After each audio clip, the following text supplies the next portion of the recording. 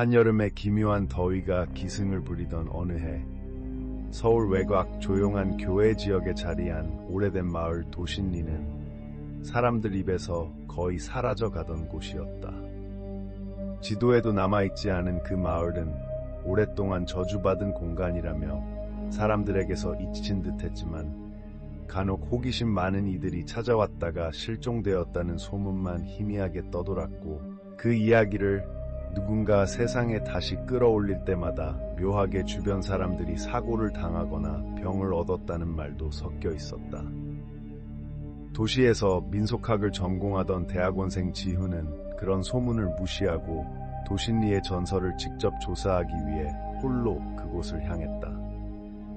지도에도 정확한 위치가 남지 않았기에 그는 70년대에 쓰였다는 낡은 지방 기록 문서를 통해 겨우 위치를 짐작해 들어갈 수 있었다.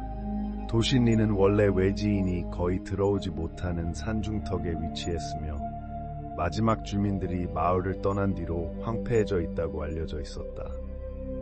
하지만 가장 이상한 점은 기록상 마을 사람들이 떠난 방식이 너무나 부자연스러웠다는 것이었다. 여러 가게가 동일한 시기에 같은 날 마치 누군가의 신호에 따라 한꺼번에 사라졌다는 기록만 남아있었다. 그래서 어떤 학자들은 이 마을이 집단 실종의 현장이라고 주장했고, 다른 사람들은 마을 전체가 괴이한 존재에 사로잡혀 사라졌다는 식의 전설을 퍼뜨렸다. 지훈은 그런 설화와 사실을 구분하기 위해 마을로 향했지만 마을에 다가가는 동안 이미 이상한 징조들이 나타나기 시작했다. 산으로 들어가는 길 자체가 마치 누군가 오래전부터 발을 끄는 것처럼 길이 완전히 사라져 있었고, 잡초는 허리까지 자라 있었으며 나무 껍질은 긁힌 흔적들로 뒤덮여 있었다. 지훈은 그런 흔적이 야생동물의 짓이라고 생각하려 했지만 긁힌 자국이 일정한 간격을 두고 길을 따라 이어져 있어 자연적인 짐승의 행동이라고는 도저히 생각할 수 없었다. 게다가 이상한 것은 그 긁힌 자국이 마치 누군가 바닥을 네 발로 기어가면서 흙을 파낸 흔적처럼 이어져 있었다는 점이었다. 그는 조심스럽게 길을 따라 올라갔고 산의 공기가 점점 탁해지는 느낌을 받았다.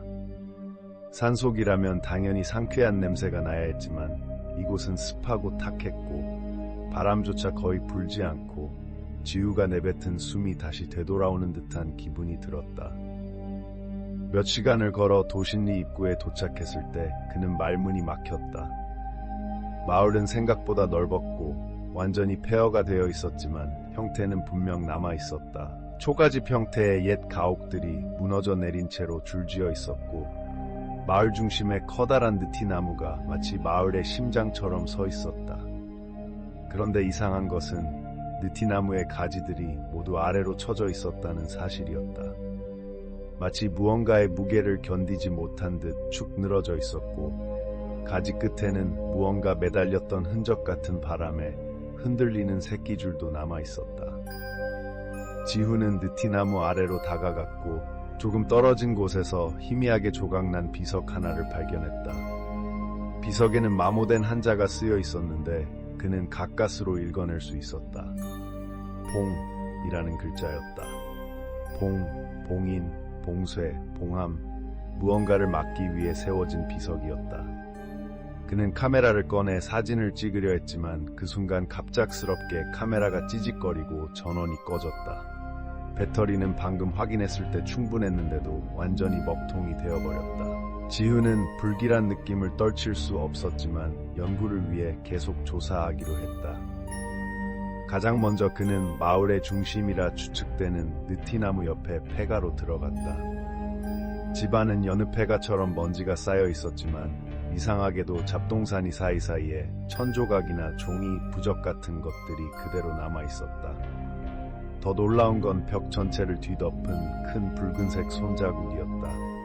사람 손자국 같기도 하고 어린아이 손자국 같기도 하고 때로는 크기가 너무 커서 사람의 것이라 보기 어렵기도 했다. 그 손자국들은 방향도 다 달랐고 어떤 것은 천장을 향해 붙어 있기도 했다. 지훈은 처음에는 장난이나 동물의 흔적이라고 생각하려 했지만 문득 섬뜩한 기운을 느꼈다. 그러던 중 바깥에서 바람도 없는데 무언가 흔들리는 소리가 들렸다. 마치 젖은 옷이 바람에 휘날리는 듯한 소리, 물기 어린 천이 나무에 걸려 미묘한 진동을 만들어내는 소리였다. 그는 창문 틈 사이로 밖을 내다보았다. 느티나무의 아래쪽 가지 어딘가에서 길고 검은 무언가가 흔들리고 있었다. 처음엔 나뭇가지인 줄 알았지만 자세히 보니 그것은 길게 늘어진 머리카락이었다. 알 수 없는 형체가 가지에 매달린 채 바람 한 점 없는 공간에서 천천히 흔들리고 있었다. 지훈은 놀라 뒤로 넘어졌다. 순간 눈앞에 형체가 사라져 있었고 마치 환각을 본 것처럼 아무 흔적도 남지 않았다. 그러나 그때부터 이상한 일들이 더 빈번하게 일어났다. 그는 마을 중심에서 멀어져 골목길로 들어갔다. 지붕이 내려앉은 집들과 부서진 항아리, 문짝이 떨어진 채로 비틀린 가옥들이 이어져 있었으며 집집마다 이상하게 문 앞에 오래된 돌이나 흙인형이 놓여 있었다. 그 인형들은 사람 모습을 하고 있었지만 표정이 모두 찢어진 듯 비뚤어져 있었고 몸통은 마치 누군가 여러 번 부러뜨렸다가 다시 붙인 듯 어색했다. 지우는 그 인형들 중 하나를 손에 들었다. 인형의 얼굴에는 작은 구멍이 뚫려 있었고 마치 바람이 그 속을 지나가는 듯 아주 작은 숨소리 같은 것이 들렸다. 갑자기 인형의 눈 부분이 검게 번지기 시작하더니 마치 안에서 무언가가 스며 나오는 듯 했다. 그는 그 인형을 놓아버렸고 인형은 바닥에 떨어지며 마치 살아있는 생물처럼 꿈틀망거리다가 가만히 멈췄다. 지우는 한시라도 빨리 마을을 떠나야겠다는 생각을 했지만 이미 길을 잃어버린 상태였다. 마을에 들어온 길을 찾으려 했지만 어느 방향으로 가도 같은 형태의 폐가가 반복적으로 나타났고 마치 누군가 길 자체를 뒤바꾼 듯한 느낌을 받았다. 그러던 중 그는 마을 외곽에 보이는 오래된 큰 집을 발견했다. 다른 집들보다 훨씬 크고 지붕은 기와로 되어 있었으며 대문 앞에는 2개의 석상이 있었는데 그 석상들은 무언가를 지켜보고 있는 듯한 모습이었다. 지훈은 용기를 내어 그 집으로 다가갔다. 대문은 이미 뻥 뚫린 듯 열려 있었고 안쪽은 기괴할 만큼 조용했다. 집 안으로 들어가자 큰 마루가 있었고 벽면에는 오래된 초상화들이 걸려 있었다. 그런데 이상한 점은 초상화 속 사람들이 모두 눈 부분이 지워져 있었다는 것이다. 마치 누군가 일부러 눈만 칼로 긁어낸 듯 흔적이 드러나 있었다. 그때 방 안쪽에서 발걸음 소리가 들렸다. 천천히 그러나 확실하게 가까워지는 소리였다. 지우는 숨을 멈추고 몸을 낮췄지만 발걸음은 멈추지 않았다. 발걸음은 아주 자연스러웠다. 사람이 걷는 소리였다. 그리고 방 문틈 사이로 희미하게 물방울이 떨어지는 소리가 들렸다. 첩, 첩, 첩. 방바닥이 젖어가는 소리였다. 지우는 더 이상 도망칠 곳이 없어 벽 쪽에 등을 붙이고 조용히 숨을 죽였다. 문틈 아래로 길고 창백한 손가락이 천천히 미끄러져 들어왔다. 손가락은 바닥을 긁으며 그를 향해 기어오듯 움직였다. 그는 참지 못하고 방 밖으로 뛰쳐나갔다. 마당으로 뛰어들면서 뒤를 돌아보지 않았지만 뒤에서 누군가 숨을 내쉬는 소리가 들렸다. 그 숨소리는 분명히 그의 바로 뒤에서 들렸으며 물에 젖은 옷에서 떨어지는 방울 소리는 그의 발걸음을 따라다녔다. 지우는 미친 듯이 뛰며 마을 중심으로 다시 돌아왔다. 그런데 놀랍게도 처음 들어온 곳과 완전히 다른 형태의 지형이 펼쳐져 있었다. 집들이 아예 새롭게 재배치된 듯 보였고 마을 입구로 이어지는 길은 완전히 사라져 있었다. 그는 자신이 길을 잃은 것이 아니라 마을 자체가 형태를 바꾼 것 같은 기분을 느끼기 시작했다. 공기가 점점 더 탁해졌고 마치 보이지 않는 손이 그의 목을 조여오는 듯한 답답함이 스며들었다. 그는 마지막 희망이라 생각하고 느티나무로 향했다. 하지만 그곳에 도착했을 때 느티나무 아래에는 누군가 서 있었다.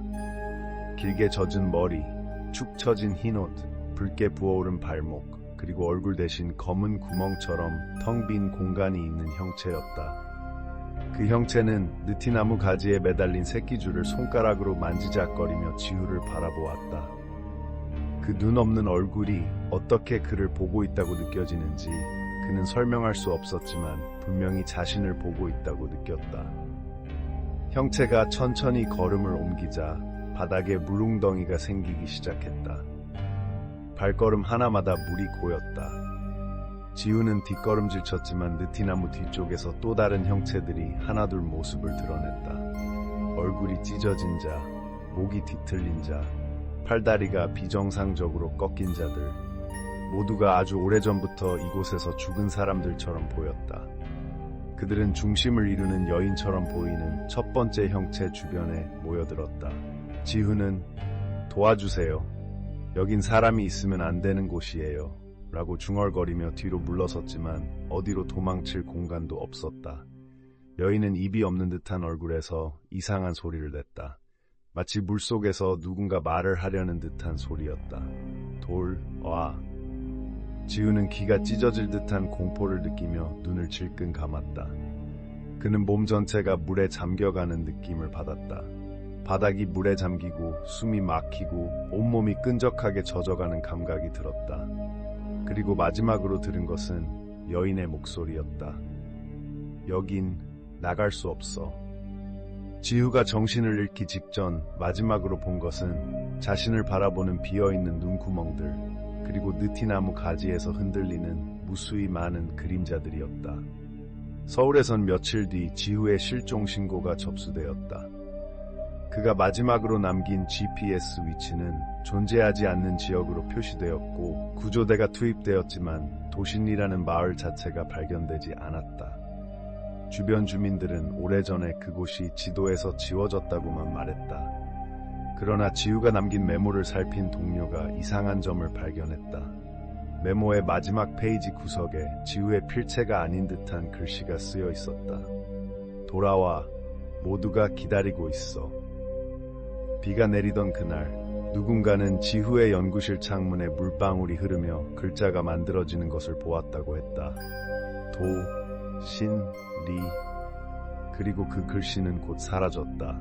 하지만 물기가 남아있는 창문에 희미하게 손자국이 남아있었다고 했다. 마치 누군가 그 창문을 안쪽에서 긁고 있었던 것처럼. 지후의 실종 이후 대학 연구실은 침묵에 잠겼고 같은 연구실에 있던 동기 민지는 지후의 물건들을 정리하던 중 이상한 메모 하나를 발견했다. 그것은 지후가 도신리를 조사하기 시작하기 몇 주 전부터 써두었던 야장이었고 겉표지에는 먼지가 잔뜩 쌓여 있었지만 묘하게 손자국이 찍혀 있었다. 민지는 처음에는 연구용 자료라 생각했지만 메모를 펼친 순간 등골이 오싹해졌다. 첫 페이지에는 이렇게 적혀 있었다. 도신리 조사 예정, 명문 없음, 지도 없음, 단 꿈속에서 어릴 적부터 반복적으로 보던 마을과 형태가 일치. 민지는 놀랐다. 지우가 어릴 때부터 같은 장소에 꿈을 꾸었고 말한 적이 한 번도 없었기 때문이었다. 다음 장에는 반복적으로 나타나는 여인, 물속에서 들리는 이름 없는 목소리, 느티나무 아래 서 있는 형체 같은 메모들이 빼곡히 적혀 있었고 그 아래에는 내 이름을 누군가가 계속 부른다. 현실이 아닌데도 소리를 알 수 있다. 도신리에 나를 부르는 것 같다. 라는 구절이 강조되어 있었다. 민지는 갑자기 얼굴이 창백해졌다. 왜냐하면 그가 사라지기 일주일 전 지우가 연구실에서 혼잣말로 누가 왜 나한테 라고 중얼거리던 장면이 떠올랐기 때문이다. 그땐 스트레스로 인한 망상이라 생각했지만 지금은 전혀 다르게 느껴졌다. 민지는 지후의 실종이 단순한 사고가 아닐 거라 직감했다. 그래서 그가 마지막으로 남긴 위치 정보를 다시 살폈고 지도에 잡히지 않는 산 너머의 빈 공간이라는 표기가 머릿속에서 지워지지 않았다. 결국 민지는 직접 도신리를 찾기로 결심했다. 지우처럼 홀로 가는 건 위험하다 생각하여 연구실 선배 규민에게 도움을 요청했다. 규민은 처음에는 미쳤냐며 말렸지만 민지의 간절한 표정에 결국 동행을 허락했다. 둘은 지우가 남긴 기록과 문서를 정리해 도신리로 향했다. 산길은 분명 전에 누군가 지나간 흔적이 있을 텐데도 지나치게 조용했고 마치 이곳을 오르는 순간부터 세상의 소리가 끊긴 듯 고막이 멍해졌다. 바람도 불지 않고 나뭇잎도 흔들리지 않았다. 산 전체가 숨을 참는 듯한 침묵 속에서 두 사람은 마침내 도신리가 있어야 할 자리, 즉 지우가 마지막으로 신호를 남긴 좌표에 도착했다. 그러나 그곳에는 아무것도 없었다. 텅 빈 공터, 나무들, 잡초뿐이었다. 민지는 절망하며 주저앉았다. 여기 맞아, 분명히 여기였어. 규민이 주위를 둘러보며 말했다. 좌표가 틀렸던 거 아닐까? 아니야! 지우가 좌표를 잘못 남길 사람이 아니야. 민지는 혼란스러웠다. 그러던 중 미세한 소리가 들렸다. 처음에는 착각이라 생각했지만 점점 또렷해졌다. 첨, 첩, 물방울 떨어지는 소리였다. 규민은 당황하며 말했다. 비도 안 오는데 물소리야? 민지는 숨을 멈추고 귀를 기울였다. 물방울 소리는 땅 아래에서 울려 나오는 듯했다. 마치 누군가 땅속 깊은 곳에서 길을 두드리는 것 같은 그런 기묘한 울림이었다.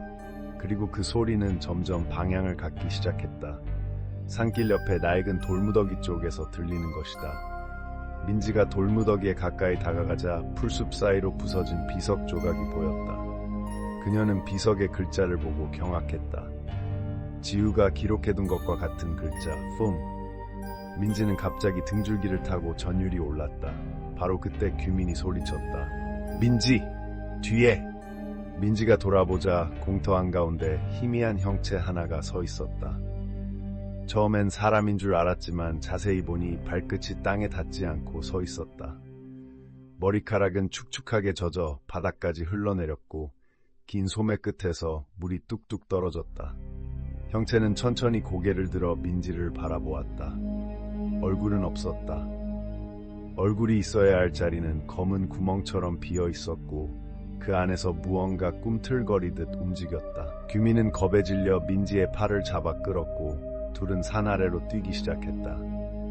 하지만 산길은 뒤틀려 있었다. 분명히 올라오던 길은 직선이었는데 내려가는 길은 전혀 다른 형태로 변해 있었다. 나무들이 전혀 다른 자리에 서 있었고 길은 끝없이 이어져 있는 것처럼 보였다. 뒤에서 첩 물소리가 따라왔다. 민지는 절규하며 달렸지만 그 소리는 계속 가까워졌다. 마침내 둘은 숨을 헐떡이며 멈춰섰다. 그런데 이게 더 끔찍했다. 자신들이 다시 처음 도착했던 공터에 서 있었기 때문이다. 분명히 몇 분 동안 같은 방향으로 달렸는데도 출발 지점으로 되돌아온 것이다. 규민이 절망하며 앉아버렸다. 길이 계속 바뀌어 미친 곳이야. 민지는 눈을 크게 뜨고 주변을 살폈다. 공터는 미묘하게 달라져 있었다. 조금 전에는 없었던 느티나무가 공터 중앙의 모습을 드러낸 것이다. 그 나무는 지우가 야장에 그려두었던 바로 그 나무와 똑같았다. 가지는 아래로 처지고 끝에는 새끼줄 조각이 매달려 있었다. 민지의 목덜미에 소름이 돋았다. 그리고 느티나무 아래 무언가가 서 있었다. 형체는 이번엔 확실히 여인이라는 형태를 띠고 있었다. 길게 젖은 한복 치마, 흰 저고리, 축 늘어진 팔, 물로 가득한 눈동자처럼 검게 빈 얼굴의 자리에 물기 어린 그림자가 깔려 있었다. 그리고 그 여인이 입을 열었다. 입이 있는지조차 알 수 없는데도 목소리가 들렸다. 와. 민지는 뒤로 물러섰다. 그런데 여인의 목소리에는 또 다른 무언가가 얽혀 있었다. 작고 어린 소녀의 목소리, 울먹이는 듯한 목소리였다. 도와줘. 민지는 혼란스러웠다. 단순한 귀신이 아니야. 무언가가 겹쳐져 있어. 여인의 몸에서 검은 물이 땅으로 떨어지자 공터 바닥이 흔들리기 시작했다. 땅이 젖어가며 무언가 올라오는 듯한 축축한 울림이 느껴졌다. 민지는 규민의 손을 잡고 말했다. 이대로 있으면 우리도 지우처럼 사라져. 여기서 빠져나가야 해. 규민은 떨리는 목소리로 말했다. 어떻게? 길이 없잖아. 민지는 숨을 몰아쉬며 주변을 살폈다. 느티나무 뒤쪽 아주 희미하게 길처럼 보이는 틈이 있었다. 그것은 인간이 겨우 한 사람 지나갈 수 있을 정도의 틈이었다. 민지는 규민을 밀치며 말했다. 저기로 가자. 둘은 틈새로 몸을 밀어넣었다. 지나가는 동안 등 뒤에서 물방울이 떨어지는 소리가 가까워졌다. 여인의 목소리가 바로 귀 옆에서 속삭였다. 도신리는 너희를 원해. 민지는 비명을 지르며 틈을 통과했고 갑자기 무언가가 두 사람을 강하게 밀어냈다. 그들은 앞으로 굴러떨어졌고 눈을 떠보니 완전히 다른 곳에 와 있었다. 산 아래 정상적인 등산로였다. 공기가 밝았고 바람이 불었으며 새소리가 들렸다. 모두 정상이었다. 규민은 울음을 터뜨렸다. 살았어, 살았어. 하지만 민지는 뒤를 돌아보았다. 방금까지 도신리로 이어졌던 틈이 있어야 할 자리는 아무것도 없었다. 나무들만 가득했고 길도 없었다. 그저 평범한 숲이었다. 민지는 떨리는 손으로 휴대폰을 꺼냈다. 신호가 잡혔다. 그런데 바로 그때 화면이 갑자기 어두워지며 글자가 나타났다. 돌아와. 이어서 또 다른 글씨가 흘러갔다. 지후가 기다려. 민지는 손에서 휴대폰을 떨어뜨렸다. 규민이 물었다. 뭔데, 뭐라고 떴어? 민지는 대답하지 않았다. 그 대신 귀에 아주 작게 그러나 분명히 들리는 속삭임에 몸을 떨었다. 산속 어딘가에서 들려오는 목소리. 민지야. 그것은 분명 지후의 목소리였다. 그리고 뒤이어 또 다른 목소리. 여인의 수중 같은 울린 목소리가 겹쳐 들렸다. 다시 와. 민지는 알아버렸다. 도신리는 끝난 것이 아니라 여전히 그들을 부르고 있다는 것을. 그리고 그곳은 누군가가 돌아올 때까지 길을 열고 아무도 떠나보낼 생각이 없다는 것을. 민지는 지후의 목소리가 산속에서 울려오는 듯한 환청에 몸서리를 치며 규민의 팔을 붙잡고 정신없이 산 아래로 내려갔다. 하지만 내려갈수록 이상한 점이 점점 더 많아졌다. 휴대폰 신호는 다시 끊어졌고 길은 분명 내려가는 방향인데도 계속해서 같은 지점으로 되돌아오는 느낌이 들었다. 마치 산 자체가 공간을 뒤틀고 그들을 감시하며 보내줄지 여부를 결정하는 듯했다. 그러나 다행히도 규민은 갑자기 말했다. 민지, 저기 차도 보인다. 멀리 도로가 보였고 차량이 다니는 소리가 들렸다. 두 사람은 거의 기절할 듯한 안도감에 힘을 내어 산을 벗어났다. 바깥 세계로 돌아온 것은 확실했다. 빛은 정상적으로 보였고 공기도 맑았으며 사람들의 말소리가 멀리서 들렸다. 민지는 주저앉아 크게 숨을 몰아쉬었다. 그러나 마음속 깊이는 여전히 얼어붙은 채였다. 도신리의 목소리가 귓가에 남아있었기 때문이다. 민지야, 돌아와. 민지는 고개를 흔들며 그 목소리를 떨쳐내려 했지만 머릿속 어딘가에 박혀 떨리지 않았다. 규민은 민지의 어깨를 붙잡고 말했다. 괜찮아. 이제 끝났어. 그곳은 그냥 미친 곳이야. 다시는 가지 말자. 민지는 억지로 고개를 끄덕였지만 이상하게도 마음 한쪽에서 누군가 속삭였다. 아니야. 아직 끝나지 않았어. 그날 밤 민지는 집으로 돌아와 지쳐 잠들었다. 하지만 꿈속에서 그녀는 다시 그 공터에 서 있었다. 느티나무가 있고 여인이 있고 검은 구멍 같은 얼굴이 그녀를 바라보고 있었다. 꿈속의 여인은 천천히 손을 뻗으며 이렇게 말했다. 넌 나를 봤어. 길을 알게 됐어. 민지는 비명을 지르며 잠에서 깼다. 새벽 3시 11분. 방 안은 조용하고 창문 밖에서는 비가 내리고 있었다. 그러나 비가 내리는 소리가 너무 규칙적이었다. 마치 물방울이 아니라 무언가가 손가락으로 창문을 두드리는 소리 같았다. 톡톡톡. 민지는 숨을 죽이고 창문을 바라봤다. 창문에는 물방울이 흘러내리며 글자를 형성하고 있었다. 돌아와. 민지는 차갑게 굳어버렸다. 방 안 공기가 점점 눅눅해지고 바닥에 물기가 차오르는 듯한 느낌까지 들었다. 이대로 있다가는 도신리의 목소리에 끌려갈 것 같은 공포가 전신을 감쌌다. 그녀는 이불을 끌어안고 버텼지만 창문을 두드리는 소리는 점점 커졌다. 텁텁텁. 그리고 갑자기 물방울도 소리도 멈췄다. 아침이 되어서야 민지는 간신히 잠에서 깨어났다. 하지만 놀랍게도 바닥은 건조했고 창문에도 물자국 하나 없었다. 모든 것이 꿈일 수도 있었다. 그러나 꿈이 아니라고 말해주는 증거가 있었다. 창문 유리 가장자리에 아주 희미한 손자국이 찍혀 있었다. 마치 젖은 손이 그곳을 짚고 갔던 것처럼. 민지는 떨리는 손으로 그 자국을 살폈다. 그런데 손자국은 인간의 손보다 훨씬 길고 비정상적으로 가늘었다. 그녀는 황급히 창문에서 뒤로 물러났다. 그 순간 휴대폰이 떨리며 켜졌다. 화면에는 발신번호 알 수 없음. 그녀는 손이 떨렸지만 통화를 받았다. 아무 소리도 들리지 않았다. 3초 뒤 물속에서 말하는 듯한 울림이 이어졌다. 민지, 여긴 나야. 지우의 목소리였다. 분명히 지우였다. 민지는 숨이 멎는 듯한 충격에 얼어붙었다. 지우 살아있어? 어디에 있어? 대답 대신 그 목소리는 점점 울음 섞인 낮은 수중음으로 변했다. 아래로 아래로 아주 깊은 아래로 난 묶였어. 뭐가 묶였다는 거야? 누가? 그녀가 모두 데려가. 이제 나도 그리고 너도. 연결음이 끊어졌다. 화면에는 단 하나의 글씨만 남았다. 도신리. 민지는 두려웠지만 동시에 확신했다. 지우는 죽지 않았다. 도신리의 어딘가, 아마 느티나무 아래나 땅속 깊은 곳에서 무언가에 잡혀 있었을 것이다. 그녀는 규민에게 연락했다. 하지만 규민은 전화를 받지 않았다. 계속 울리다가 끊어졌다. 대신 한 통의 메시지가 왔다. 발신인은 규민. 메시지는 단 4글자였다. 도. 민지는 곧장 규민의 집으로 달려갔다. 문은 잠겨 있었고 인기척도 없었다. 그런데 현관 앞 현판에 끈적한 것이 묻어 있었다. 물이었다.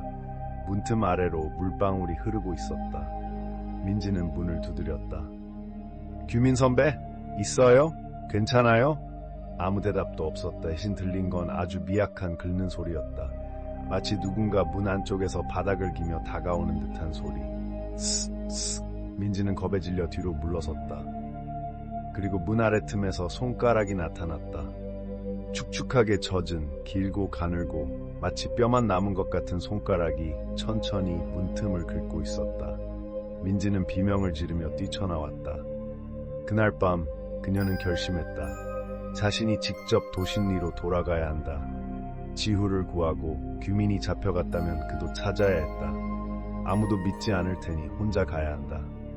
민지는 도신리로 가기 위한 장비를 챙겼다. 카메라 대신 오래된 필름 카메라, 전자기기 대신 손전등과 나침반, 그리고 지우가 남긴 야장. 야장의 마지막 페이지에는 이렇게 적혀 있었다. 길은 움직인다. 하지만 여인은 느티나무에서 시작한다. 처음으로 돌아가야 한다. 민지는 새벽에 산으로 향했다. 산 입구는 여전히 평범했고 사람들도 오고 갔다. 하지만 민지가 혼자 산길로 들어서자 주위가 점점 조용해졌다. 바람 소리가 사라지고 나뭇잎이 흔들리지 않고 공기 자체가 눌려오는 듯한 무게를 느꼈다. 그리고 얼마 지나지 않아 그녀는 그 경계선을 넘었다. 그 순간 마을이 나타났다. 도신리. 폐허가 그대로 서 있었고 느티나무도 있었고 공기는 물에 젖은 듯 축축했고 발밑에서는 미세한 물소리가 들렸다. 민지는 손전등을 켜고 천천히 느티나무 쪽으로 다가갔다. 그런데 이번에는 이전과 다른 것이 하나 있었다. 느티나무 아래 땅이 파여 있었다. 마치 누군가 안에서 올라오기 위해 땅을 긁어낸 듯한 흔적. 그리고 그 구덩이 속에서 들렸다. 누군가 울부짖는 소리. 누군가 물속에서 허우적거리며 끌려가는 소리. 그리고 지후의 목소리가 분명하게 들렸다. 민지, 나 여기 있어. 민지는 구덩이 가장자리에 다가갔다. 그 순간 그녀의 발목을 누군가 잡아당겼다. 축축한 손, 차갑고 무겁고 인간의 손보다 길었다. 민지는 발버둥 쳤다. 그러나 손은 오히려 더 깊게, 더 세게 그녀를 끌어당겼다. 땅 아래, 아주 깊은 아래에서 여인의 목소리가 울렸다. 이제 왔네. 민지는 비명을 질렀다. 그러나 도신리는 소리를 삼켰다. 그리고 그녀는 끌려 들어갔다. 빛이 사라지고 공기가 사라지고 물이 귀와 입과 코를 뒤덮으며 그녀를 삼켰다. 마지막으로 들린 것은 지후의 절규였다. 그리고 여인의 낮고 길게 울리는 목소리. 이제 돌아왔네. 산속은 다시 고요해졌다. 다음 날 그 산을 지나가던 등산객 한 명이 이상한 점을 발견했다. 산길 옆 나무 한 그루의 껍질에 손자국 2개가 나란히 찍혀 있었다. 축축하게 젖은 손자국. 마치 누군가 바로 어제 그 자리를 붙잡고 끌려간 것처럼. 그리고 그 나무 아래에는 젖은 야장 한 권이 놓여 있었다. 마지막 장에는 익숙한 글씨체로 단 4글자가 적혀 있었다. 돌, 아와, 도신이는 또 한 명을 부른다. 그리고 그 부름은 절대 끝나지 않는다.